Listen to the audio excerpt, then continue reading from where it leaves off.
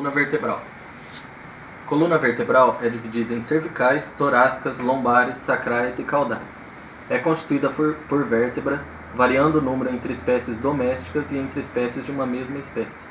De modo geral, o número de vértebras são para as seguintes espécies: cães e gatos, 7C, 13T, 7L, 3S fusionadas, sendo as caudais com maior variação numérica. Equinos, 7C, 18T, 6L, 5S e 15 a 21C. Bovinos, 7C, 13T, 6L, 5S e 18 a 20C. As vértebras são ossos irregulares, compostos por corpo vertebral, lâmina vertebral, forame ou canal vertebral, processos articulares e vários processos vertebrais. Cada parte da coluna vertebral apresenta características que auxiliam na identificação da região que está sendo avaliada.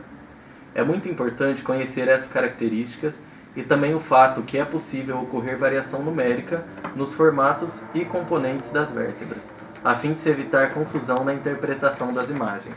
Radiográficos normais da coluna. Figura A. Radiografia simples em projeção lateral de coluna cervical de cão. Figura B. Radiografia simples em projeção ventrodorsal das 3 primeiras vértebras cervicais de cão. Figura C. Uma tomografia computadorizada em janela para ossos, reconstruída em corte sagital de coluna vertebral cervical de cão. D. Tomografia computadorizada em corte transversal através do atlas e do áxis do cão. A. Processo espinhoso do áxis e B. Processo odontoide e C. Asa do atlas. Figura A. Radiografia simples em projeção lateral da parte da coluna lombar de cão. B. Radiografia simples em projeção ventrodorsal de parte da coluna lombar de cão. A. É um corpo vertebral. B. Placa vertebral terminal dos corpos vertebrais. E C. Faceta articular caudal. D. Faceta articular cranial. E. Canal vertebral. E F. Espaço disco intervertebral. A G é um forame intervertebral e H, processo espinhoso. E por último, o I é o processo transverso. Radiologia da coluna cervical de cão em projeção lateral. Os números indicam as vértebras 1, atlas, 2, axis, 3, terceira vértebra cervical ou C3, 4, C4, A. Processo espinhoso do áxis. B. Processos espinhosos das vértebras C5, C6 e C7. C. Processo transverso de C5. D. Espaço do disco intervertebral. Seta branca. Processo transverso proeminente de C6. Figura 1 é a vista ventrodorsal da coluna e a figura 2 a vista lateral. Por ilustração. A fratura vertebral é geralmente resultante de um atropelamento por um veículo motor, queda ou ferimentos por arma de fogo. Muitas fraturas vertebrais e luxações ocorrem nas junções regionais. Por exemplo, atlanto-occipital, atlanto-axial, cérvico-torácica, toráco-lombar e assim por diante. Essas junções podem ser até mais sujeitas à flexão, extensão, torção e à carga axial em comparação com as vértebras dentro da região. As características radiográficas das fraturas vertebrais incluem assimetria, especificamente dos processos articulares e epífise, deslocamento de uma vértebra em relação à vértebra adjacente, desalinhamento e fragmentação das epífises ou corpo vertebral. Qualquer fratura tem potencial de causar o estreitamento do canal vertebral e promover contusão e ou compressão da medula espinhal. O encurtamento do corpo vertebral é visto frequentemente nas fraturas por compressão das vértebras torácicas e de L7. A fratura vertebral incompleta é difícil de ser detectada radiograficamente, e o mau alinhamento pode ser a única alteração encontrada. A avaliação radiográfica de pacientes com suspeitas de fraturas vertebrais é limitada pela incapacidade de obter um posicionamento correto ou um número adequado de projeções. Os pacientes com trauma de coluna vertebral são frequentemente instáveis e podem não resistir à contenção química. Além disso, as manobras de obtenção do posicionamento correto podem ser prejudiciais no trauma espinhal existente, especialmente nas projeções ventrodorsal. A flexão, a extensão e a tração nunca devem ser realizados em animais com trauma espinhal. Uma abordagem inicial seria primeiramente obter apenas as projeções laterais da coluna vertebral de pacientes com suspeita de fratura vertebral. Se uma fratura suspeita é confirmada, um feixe de raio-x direcionado horizontalmente pode ser utilizado para obter as projeções ventrodorsal.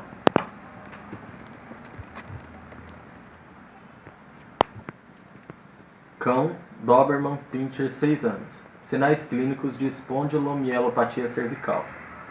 A. Radiografia de segmento cervical em projeção lateral. O aspecto crânio-ventral de C7 é plano, seta branca, na avaliação da relação do aspecto dorsal do corpo ventral de C7 e da lâmina dorsal, setas pretas. É evidente que o diâmetro do canal vertebral é mais estreito na posição cranial do que no aspecto caudal de C7, em forma de cone. B. Imagem sagital ponderada em T2. Existe uma massa hipointensa no aspecto ventral do canal vertebral em C6, C7, que está causando compressão da medula espinhal.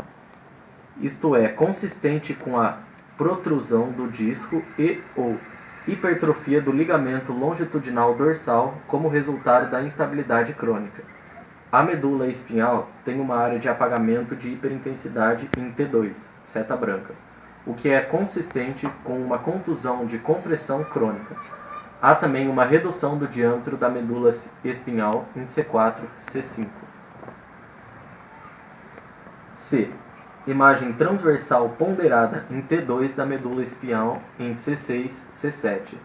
Há apenas leve compreensão da medula espinhal, mas o hipersinal intramedular em T2 causado pela compressão crônica é evidente. Para efeito de comparação, o sinal da medula espinhal da figura D é normal. Imagem D. Imagens transversais ponderadas em T2 da medula espinhal em C4, C5. A compressão da medula espinhal, setas brancas, por causa da má formação de lâminas com secundária estenose do canal vertebral. O sinal da medula espinhal é normal. Compare este sinal da medula espinhal com o da medula espinhal contundida na figura C. Essa compressão em C4, C5 não foi detectada radiograficamente. Na imagem E, imagem sagital ponderada em T2 adquirida com tração realizada na cabeça. A compressão da medula espinhal em C6, C7 é reduzida em comparação com a observada em A, que foi realizada na cabeça. Na espondilomielopatia cervical, a compressão em resposta à tração é atribuída à hipertrofia dos ligamentos longitudinais dorsais, em vez de hérnia de disco. Isso tem implicações na escolha do tipo de cirurgia corretiva a ser realizada. C5. Quinto corpo vertebral cervical. Cão, dog alemão, 2 anos. Sinais clínicos de espondilomielopatia cervical. Imagem A. É uma imagem radiográfica em projeção lateral da região cervical. Há doença articular degenerativa nos processos articulares de C4, C5, C5, C6, C6, C7 e C7T1, de grau moderado a grave. Essas alterações são vistas como consequência de má formação dos processos articulares e ou instabilidade. Não dá para ser determinado a partir de radiografias cervicais se o alargamento dos processos articulares está interferindo no diâmetro do canal vertebral ou não. Imagem B. É uma imagem sagital ponderada em T2 de C4, C5. Apresenta uma compressão dorsal leve e compressão ventral em medula espinhal considerável, que é típica de má formação laminar, levando à estenose vertebral. Imagem C. É uma imagem transversal ponderada em T2 de C4, C5. Tem uma compressão dorsal da má formação laminar que está bem evidente. Imagem D. É uma imagem transversal ponderada em T2 de C5, C6.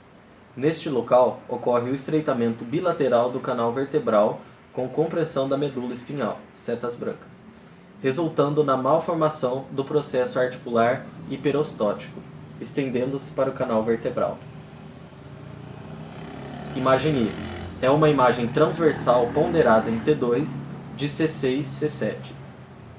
Como em C5, C6, a má formação dos processos articulares e hiperostose, que se estende para o canal vertebral e causa a compressão da medula espinhal. Há também um cisto sinovial do processo articular, seta branca.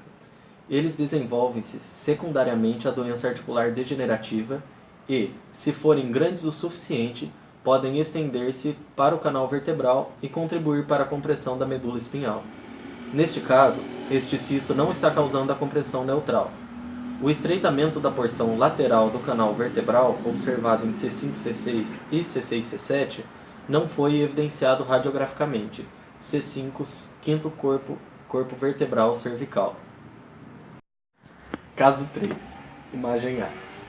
Imagens radiográficas em projeção lateral A e ventrodorsal B de um cão com fratura cominutiva em L7. Em A, o fragmento caudal é deslocado ventral e cranialmente devido à contração da musculatura hipaxial e da coluna vertebral. A fratura é evidente na projeção lateral.